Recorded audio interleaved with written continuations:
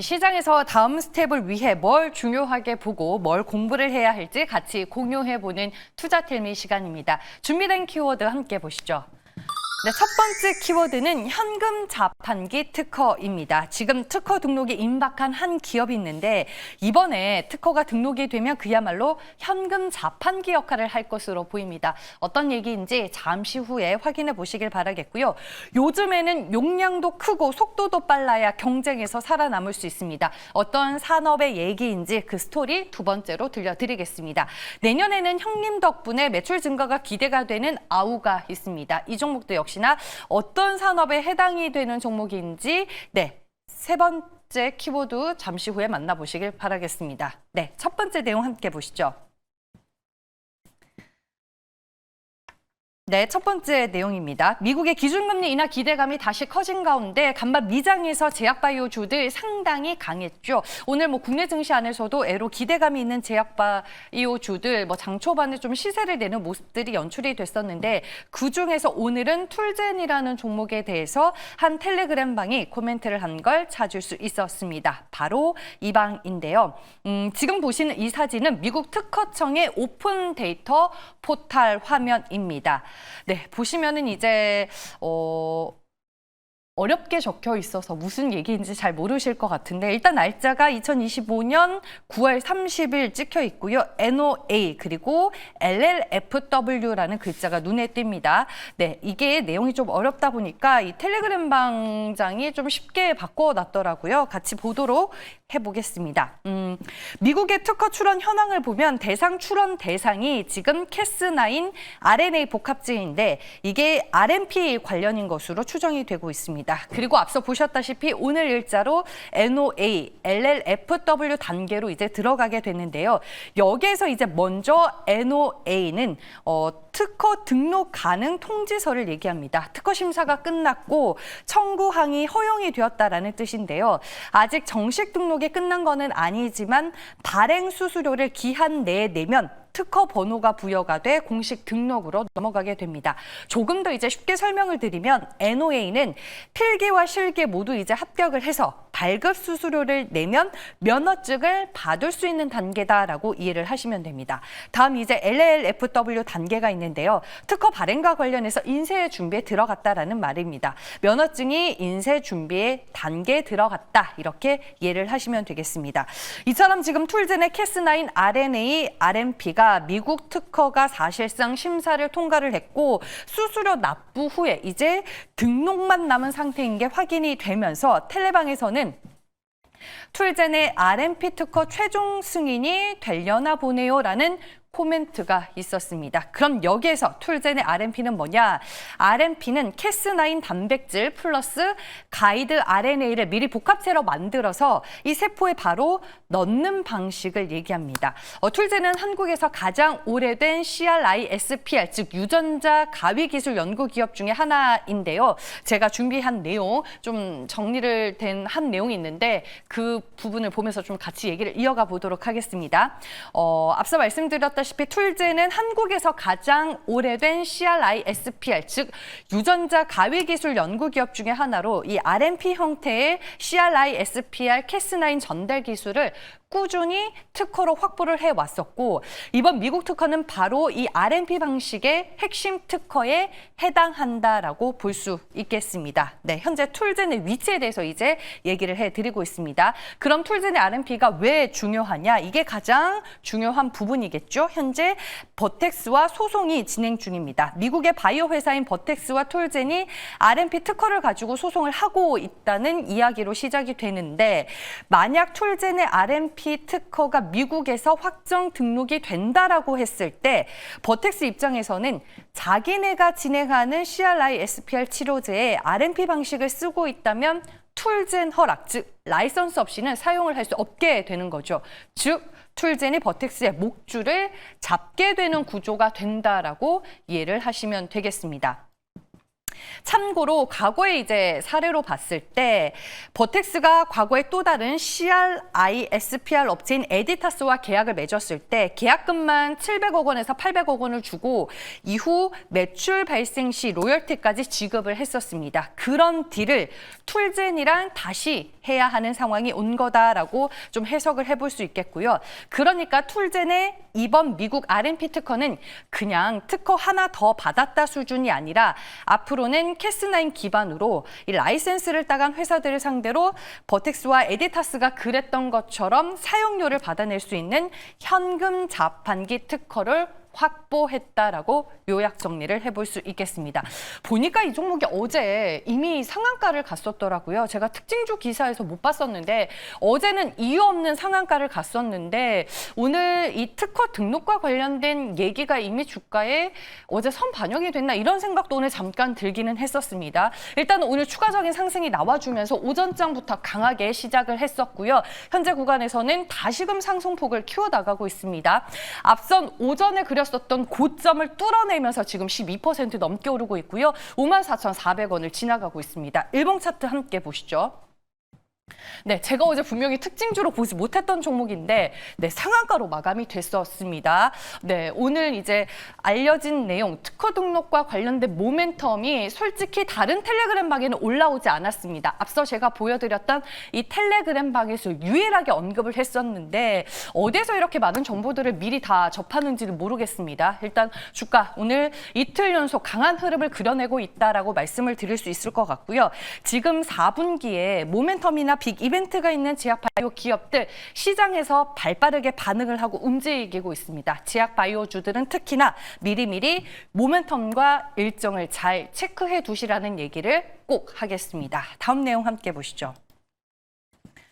오늘 신한투자증권에서 반도체 소부장 이 라이징스타라는 제목으로 리포트가 나왔는데 상당히 많은 텔레그램방에서 공유가 돼서 시청자분들과 같이 볼까 합니다. 리포트에서는 고부가 고용량 메모리 트렌드가 가속화되면서 AI 노출도가 높은 업체들을 주목해야 한다고 이야기를 시작하고 있습니다. 최근에 반도체 시장에서 가장 빠르게 성장하는 부분은 AI 서버용 메모리입니다. AI는 엄청난 데이터를 동시에 처리를 해야 하는데요. 그래서 일반 메모리보다 용량이 크고 속도가 빠른 고부가 메모리가 필수적입니다. 삼성전자와 SK하이닉스 같은 글로벌 메모리 선도 기업들이 이런 흐름에 맞춰서 HBM 생산을 또 늘리고 있는 만큼 2026년 그러니까 내년에도 HBM 밸류체인 즉 HBM과 관련된 장비와 부품 회사들에게 주목해야 한다라고 강조를 하고 있습니다. 일단 그 해답은 테스트 장비 업체들에게 있는 것 같습니다. 메모리를 만들면 반드시 분량을 잡아내고 품질을 검증하는 테스트 장비가 필수적입니다. 특히 AI 시대의 중요한 HBM은 구조가 복잡하고 가격도 높다 보니까 이 테스트 공정이 더욱 까다로운데요. 2026년 내년에는 GPU 안에 들어가는 HBM의 개수, 그러니까 단수가 늘어나고 GPU 한 개당 HBM 탑재량도 늘어나면서 테스트 장비 수요가 지금의 2배 가까이 늘어날 것으로 예상이 되고 있습니다. 또 하나 포인트는 국산화 의지입니다. 메모리 제조사들이 해외 의존도를 줄이고 국내 장비 업체와 손잡으려는 움직임이 또 커지고 있어서 국내 장비 업체들이 구조적인 성장 구간에 진입할 것으로 보입니다. 게다가 마지막으로 HBM3E에서 HBM4로 넘어가면서 테스트 장비 체계에도 변화가 일어나고 있죠. 즉 새로운 세대 교체가 진행이 되면서 새로운 장비 수요도 생겨나고 있습니다. 그래서 가장 중요한 결론은 결국 시장에서 어떤 종목을 탑픽으로 봐야 하나인데 신한투자증권에서는 이 두 종목을 탑픽으로 제시하고 있었습니다. 먼저 유니테스트는요. HBM4로 넘어가면서 밸류체인 변화의 수혜가 예상이 되고 특히 올해 11월에 신규 장비 발주가 기대가 돼 주목할 만하다라는 의견이었습니다. 오늘 3년 만에 신고가를 또 다시 쓰는 흐름이 나와줬습니다. 3% 넘게 오르며 21,400원 지나가고 있고요. 테크윙의 투자 포인트는 회사의 새로운 성장 스토리가 점점 뚜렷해지고 있다는 점입니다. 특히나 큐브 프로버라는 신규 장비의 매출 성장 가능성이 커지고 있다는 점에서 신한투자증권에서는 매력이 높다라고 평가를 했고요. 역시나 테크윙도 전고점을 향해서 최근에 다시금 올라가고 있죠. 주가. 오늘은 강보합권을 유지하며 59,100원 2,100원을 지나가고 있습니다. 시장 안에서 끊임없이 좋다라는 얘기가 나오고 있는 반도체 소부장 다시 한번 점검을 해봤고요. 신한투자증권의 탑픽 종목은 이 두 종목이었습니다. 마지막 내용 함께 보시죠. 네, 마지막 내용은 방산 쪽에서 제가 한번 준비를 해봤는데 방산 안에서도 풍산에 대한 얘기입니다. 풍산은 이제 구리보다는 방산이 주력 모멘텀이 된 회사가 아닐까 싶습니다. 풍산은 구리와 방산 이 두 가지 축으로 사업을 하고 있는데 과거에는 구리 가격이 떨어지며 실적이 흔들렸지만 최근에는 오히려 상황이 반대로 흘러가고 있습니다. 구리 가격이 다시 강세를 보이고 있어서 구리 사업부가 실적에 힘을 보태고 있고 본업인 방산은 수출과 국내에서 모두 성장 모멘텀을 이어가고 있습니다. 실적 측면에서 올해 포인트를 보면은 작년보다 올해 방산 수출이 줄어들기는 합니다. 숫자적으로. 하지만 구리 사업부가 구리 가격 상승에 수혜를 입으면서 레벨업이 가능할 것으로 보이고요. 구리 가격이 작년 하반기에 실적을 깎아먹었던 요인이었지만 이제는 실적을 끌어올리는 역할을 하고 있다는 평가도 받고 있습니다. 방산 쪽에서는 핵심이 결국에는 대구경 포탄 증설입니다. 대구경 포탄, 특히 155mm 탄의 이 증설이 이제 핵심 포인트인데요. 과거에는 증설 효과를 2,500억 원 수준으로 가이던스를 제시했지만 지금 실제로는 최소 4천억 원 이상이 될 것이다라는 분석까지 나오고 있습니다. 작년에 수출 물량 중에 미국형 스포츠탄을 제외하면 약 4,500억 원인데 이 중 대부분이 대구경 포탄 매출로 추정이 되고 있습니다. 그리고 155mm 탄만 2배 증설이라고 봐도 매출 300억 그리고 영업이익 1,200억 원 이상을 기대할 수 있는 구조다라고 텔레그램 방에서는 이렇게 얘기를 하고 있습니다. 폴란드 K2 전차 2차 계약 단가가 또 1차보다 40% 인상된 점을 감안하면 수출 영업이익률 그러니까 OPM도 40%까지 달성할 수 있을 것이다라는 충분히 합리적인 주장이 나오고 있습니다. 네, 이제 올해도 얼마 안 남았기 때문에 또 중요한 건 내년이죠. 내년에도 수혜를 예상해 볼 수 있을 텐데 풍산의 주요 고객은 K2 전차와 K9 자주포를 생산하는 현대로템과 하나에어로스페이스입니다. 장비에 들어가는 탄을 풍산이 이제 납품을 하고 있기 때문에 현대로템과 하나에어로스페이스 수출 물량이 늘어날수록 풍산도 같이 수혜를 보게 되는 구조입니다.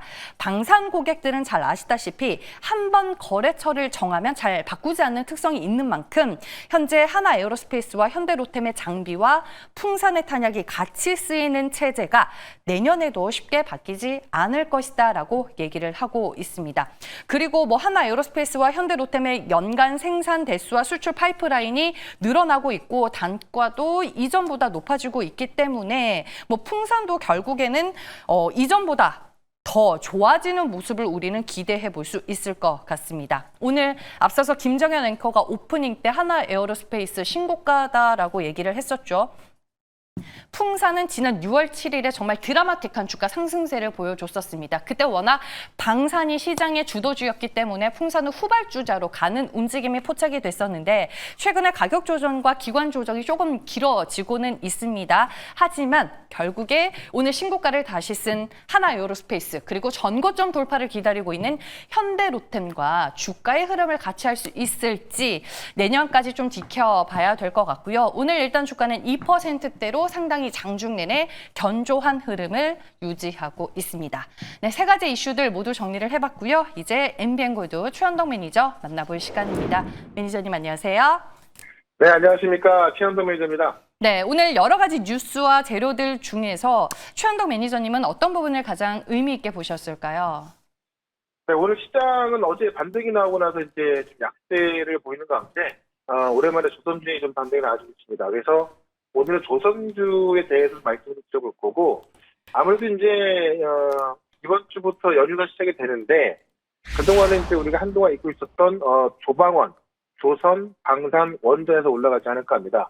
이 조선 같은 경우는 지금 미국의 함정 2,800대 도입이 이 프로젝트가 본격화되고 있다 이런 전망이 나오고 있는데 이 하나의 필요조선소에서 이 해군에 대한 특수가 좀 기대가 되고 있죠. 그래서 지금 많이들 알고 계시겠지만은 미국 해군이 향후 10년 동안 약 35억 달러, 이 원화로 환산했을 때 5조 원을 들여서 2,800여 축을 발표할 텐데, 여기에 이제 유류 유출 대역 선박하고요. 뭐 각종 뭐 지원정이라든가 병영선 이런 선박 구매를 추진하게 되는 겁니다. 그래서 내년부터 이에 대한 제한수를 받을 예정으로 알려져 있어서 지금 미국 정부의 어떤 적극적인 지원이 나와주고 있고 우리가 그에 대한 협력을 또 약속했지 않습니까? 네, 그런 관점에 있어서 사실 조선에 대한 모멘텀은 단기 모멘텀이 아니라 역시나 최근에 이 반도체하고 로봇 쪽에서 빅사이클이 열리고 있는 것처럼 이 조선 같은 경우도 미리부터 빅사이클이 열렸던 거고요. 이게 주가가 올라와 있다고는 하나 조정이 나왔을 때는 충분히 매수가수로 볼 수 있는 겁니다. 네, 그런 관점에 있어서 이 장기적인 모멘텀이 다시 한번 좀 강조가 되고 있기 때문에 우리가 이쪽을 봐야 될 것 같고요. 특히나 본격적인 발주가 들어갔을 때는 그동안 많이 올라왔었던 조선주보다는 조선 기자재 쪽이 그동안의 어떤 이 구조 조정을 잘 이겨내고 나서 다시 한번 실적이 증가할 수 있는 기회가 되기 때문에 조선 기자재를 좀 봐야 될 것 같거든요. 그래서 그 조선 기자재 쪽에서 또 그 분야에서는 1등을 하고 있는 기업을 말씀을 좀 드려보도록 하겠습니다. 네, 오늘 시장에서 오랜만에 달리고 있는 조선 섹터에 대한 이슈를 풀어주셨습니다. 조선 안에서도 기자재 쪽이 더 좋아 보인다라고 말씀을 해주셨는데 어떤 종목을 탑픽으로 보실까요? 네, 현재가가 지금 9,420원인데 오리엔탈 전공을 좀 말씀을 좀 드려보도록 할게요. 일단은 국내 조선 크레인 시장에서 1위 수준의 포지션을 좀 취하고 있습니다. 그래서 선박용 크레인이나 어떤 기계 장비를 제조하고 있는 건데 쉽게 말하면 이 선박 상부의 구조물인 뭐 데크하우스라든가 이 엔진룸 케이싱, 뭐 해양 구조물 이런 것들을 제작해서 공급을 하는 기업으로 좀 보시면 될 것 같습니다. 그래서 이 기자재 사업은 한 번 발주를 받게 되면 단가가 상당히 크거든요. 그래서 이 매출이 크게 올라갈 수 있다라고 보시면 될 것 같고 지금 우리가 원래부터 좋아지고 있던 부분에 있어서 어떤 미국 조선업에 대한 그 모멘텀까지 같이 부과되면서 어떻게 보면 더 강해진 거잖아요. 그래서 이 조선 경기 회복의 직접적인 수혜가 이런 기자재를 공급하는 기업이다라고 보시면 될 것 같고요. 새롭게 이제 선박을 많이 짓거나 교체 수가 많아지면은 이 크레인 선박의 어떤 구조물 이런 기자재 수요까지 같이 증가하거든요. 그래서 지금 이 극좋은 크레인 같은 특수 제품까지 제조하고 있는 거기 때문에 이쪽에 어떤 기자재 쪽에 어떤 이 기업들은 실적이 좀 크게 증가할 수밖에 없다라는 거죠. 그래서 이게 그동안은 기대감만 있던 겁니다만은 미국 쪽에서 발주가 시작이 되고 어떤 제한세가 왔다 갔다 하기 시작하면은 그 발주가 임박한 거기 때문에 매출로 찍히기 시작하거든요. 예, 그런 관점에 있어서 우리가 이런 기자재를 봐야 될 것 같고요. 이 오리엔탈 전공 같은 경우는 어쨌든 국내 크레인 시장에서 거의 1위 포지션을 취하고 있는 거기 때문에 매출 증가 속도가 가장 빠를 것이다라고 좀 말씀을 드리면서 일단은 그 목표가를요 12,000원까지 말씀을 드리고 손절가는 9,000원으로 좀 대응을 해보도록 하겠습니다. 네, 알겠습니다. 그리고 어제 두나무 관련주로 소개해 주셨던 우리기술투자 장 초반에 8% 넘는 강세를 보였다가 현재는 하락으로 전환이 됐습니다. 리뷰가 좀 필요할 것 같아요, 매니저님. 네, 어제 좀 많이 오른 구간에서 이제 시간상 어쩔 수 없어서 많이 오른 구간에서 말씀드렸었지만은 오늘도 추가적인 급등이 나왔었죠. 급등이 나왔다가 지금 조정을 받고 있는 건데 저는 오히려 이 구간에서는 매수 가능하다 좀 말씀드리겠고 쉽게 말씀드리면 결국 두나무하고 이 네이버 파이낸셜이 합병을 하게 되면은 시장에서는 지금 한 40주에서 50주 정도 보고 있는 건데요. 지금 두 개가 합병해서 국내에는 상장하기도 힘들거든요. 왜냐면 네이버라는 상장사가 있기 때문에 국내 시장에 상장하게 되면은 중복 상장에 대한 어떤 우려가 좀 생길 수밖에 없습니다. 그래서 아마 나스닥 상장해야 될 것 같고 이 네이버가 지금 네이버 앱을 나스닥 상장시킨 경험이 있기 때문에 지금 합병사까지 나스닥 상장시킨다면은 우리가 비교를 해야 될 게 코인베이스랑 비교를 해야 될 것 같거든요. 근데 코인베이스가 지금 시가총액이 120조입니다. 그러면 코인베이스는 120조인데 그거 어깨에 나란히 하고 있는 이 업비트 같은 경우도 그만큼 평가받는다고 한다면은 아마 나스닥 시장의 상장 준비 이야기만 나온다 하더라도 관련 종목들은 꽤 크게 올라갈 것이다라고 말씀드리겠고요. 그다음에 보정파워텍 같은 경우도 오늘 움직이기 시작했는데 제가 추석 연휴 전후로 해서 원전 쪽에서 큰 게 나올 게 있다라고 말씀드렸죠. 그러니까 오늘 같은 경우는 지금 미국의 싱크테크에서 지금 미국 원자력 경쟁력이 한국 없이 불가능하다라고 나오면서 아마 빠르면 추석 전에 나올 것 같고요. 늦어도 추석 이후에는 지금 체코 원전이 수주 계약부터 미국 내에서 또 원전 모멘텀이 나올 것으로 보여지기 때문에 보성 파워텍 같은 경우도 지금 자리도 괜찮으니 한번 좀 관심 있게 보자라고 말씀을 드리면서 자, 이런 관련 내용들을 좀 유튜브에서 올려놨으니까는 유튜브에서 최연도 검색해서 관련 영상 좀 보시면 될 것 같고요. 저는 또 다음 시간에 뵙기로 하겠습니다. 고맙습니다.